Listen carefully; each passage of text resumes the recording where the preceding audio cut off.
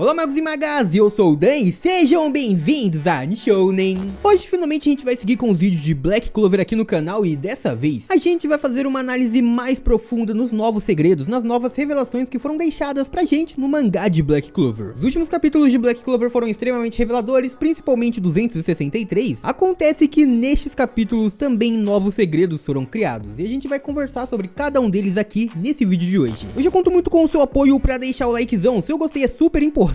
Vamos tentar cumprir a meta de 7.000 likes nesse vídeo de hoje. Eu também conto muito com você para se inscrever no canal se ainda for novo por aqui. E agora sim, sem mais delongas, bora pro vídeo! Galera, então, como a gente sabe, o último capítulo de Black Clover, assim como eu comentei, o 263, trouxe muitas revelações pra gente. Muitas das nossas teorias foram completamente confirmadas, como por exemplo, a Ordem de Qliphort, que poderiam, assim como a Árvore de Séfira representava um elfo poderoso pra cada caso, os pontos da Árvore de Qliphort basicamente representariam um demônio poderoso. Este fato já estava um pouco previsível porque foi basicamente o contrário da Árvore de Qliphort. Juntos também acertamos sobre a necessidade de um tempo para conseguir abrir o portal de Qliphort e também, como estamos vendo e eu já comentei com vocês, as referências que Black Clover fazem. Mais uma vez existe uma grande referência, dessa vez à Divina Comédia de Dante Alighieri, e eu posso trazer para vocês falando sobre isso em um vídeo, mas nesse vídeo de hoje a gente vai comentar alguns detalhes que podem ter gerado dúvidas em Black Clover. Vamos começar diretamente sobre o portal. Como exatamente vai ser aberto este portal? Pelo que a gente viu, é necessário 7 dias para o advento de Qliphort e neles vão ter 7 níveis e 7 portas vão se abrindo progressivamente deste momento. Basicamente os níveis que o Knight está explicando neste ponto agora são os níveis para a abertura de Qliphort, para que a Árvore de Qliphort surja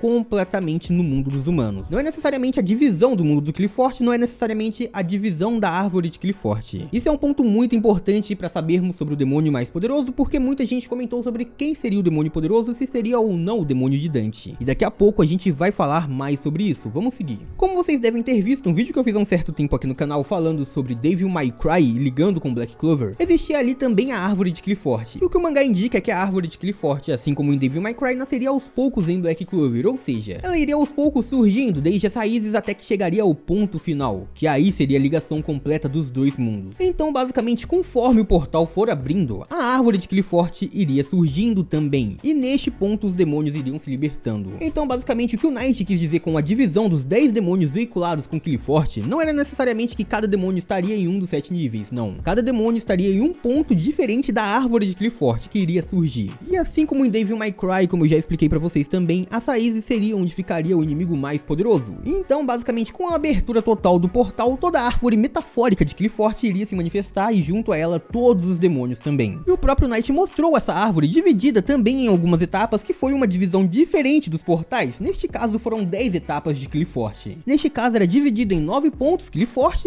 e nestes pontos 10 demônios residiam. Então no topo, que seria o nível mais baixo, teríamos 2 inimigos do outro mundo surgindo. Depois disso, todos os pontos abaixo seria um novo inimigo que surgiria. Então basicamente os dois que estavam juntos no início seriam os demônios mais fracos que iriam surgir. E eles possivelmente já conseguiriam se manifestar logo quando o primeiro portão fosse aberto, porque eles estão no início da árvore e a árvore vai começar a se manifestar. Quando 7 portais forem abertos, aí sim toda a Árvore de Qliphort iria se manifestar completamente e consequentemente os 10 inimigos, porque muita gente estava achando que existiam 10 níveis em Qliphort e aí eles só abririam 7 níveis e por este motivo o demônio do Dante não seria o mais forte. Não, o mangá mostrou que o demônio do Dante é o mais poderoso, pelo menos foi o que indicou o mangá na própria Shueisha. Olha só, tanto na versão em inglês como na versão em espanhol também, está dizendo que se o último dos demônios, ou seja, aqueles que está na raiz da Árvore de Qliphort, conseguir se manifestar, tenha êxito em escapar, basicamente o mundo estaria completamente acabado. E enquanto diziam isso, basicamente eles falaram, se o último demônio, que é o Lúcifer, se manifestar, aí sim seria o fim do mundo. Então basicamente o próprio mangá estava dizendo que o demônio do Dante era sim o demônio mais poderoso que estava em Qliphort. Pelo menos é isso que eles nos dão a entender. Afinal seria ele que está no nível mais profundo e quando eles falam sobre isso e nos mostram a silhueta deste demônio, é o mesmo que a gente já tinha visto anteriormente falando com o Dante. Então basicamente seria isso. Resumindo muito rapidamente, são 7 portões para abrir toda Qliphort, que teria uma estrutura diferente, afinal a árvore teria sua própria divisão entre os demônios mais poderosos e cada um ficaria em sua própria posição na árvore, e chegando no final residiria aquele que seria talvez o líder de todos, que era o demônio do Dante. Isso também poderia ser uma referência à Divina Comédia de Dante, porque o Lúcifer estaria na última casa, ou seja, no último ponto do submundo. Lembrando também que os 2 demônios que aparentemente seriam os primeiros a escapar de Qliphort, a partir deste momento eles já seriam incrivelmente fortes. Pode ser até mesmo que esses demônios sejam o que estão com Vanica e também com Zenon, mas eu acredito que não. Por quê? Porque eles atualmente estão passando apenas uma pequena porcentagem do seu poder e já são incrivelmente forte. E esses mais fracos agora, eles já vão ser tão fortes quanto o Zenon e a Vanica, ou seja, eles têm o mesmo poder que eles têm atualmente. E a Megicula, ela obviamente tem muito mais poder, afinal neste ponto ela só tá passando um pouco do poder dela pro outro mundo. Então esses dois outros demônios que possivelmente já vão conseguir escapar a partir de agora, eles vão ser incrivelmente fortes, tão fortes quanto os membros atuais da Tríade. E possivelmente aqueles que estão com Zenon, com Vanica, e obviamente o que tá com o Dante, que a gente já falou sobre, eles devem ser os três últimos, os três mais poderosos.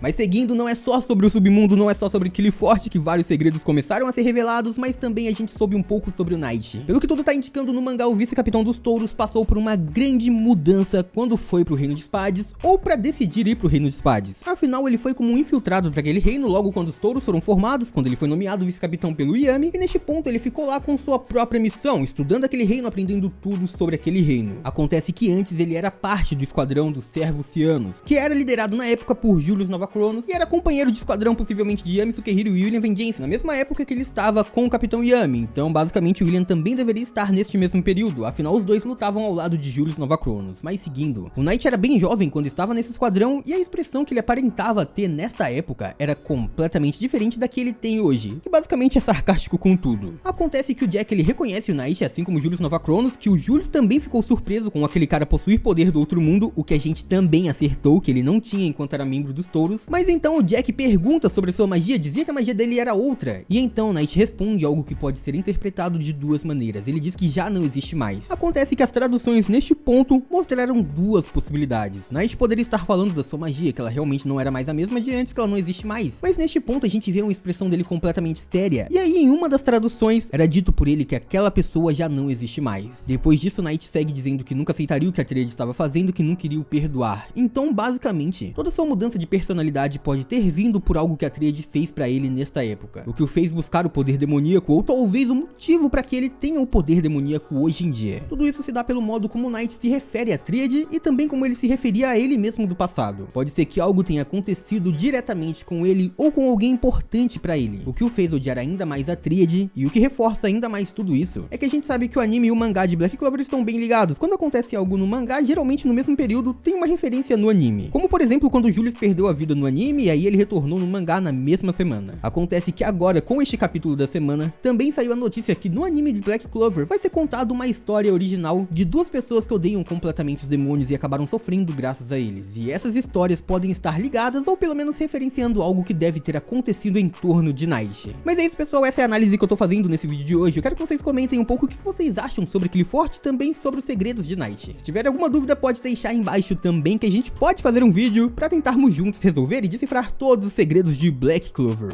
E por hoje é isso, muito obrigado por terem assistido até aqui. Eu espero muito de coração que todo mundo tenha curtido. Eu vejo vocês no próximo vídeo, até lá, um grande abraço e tchau!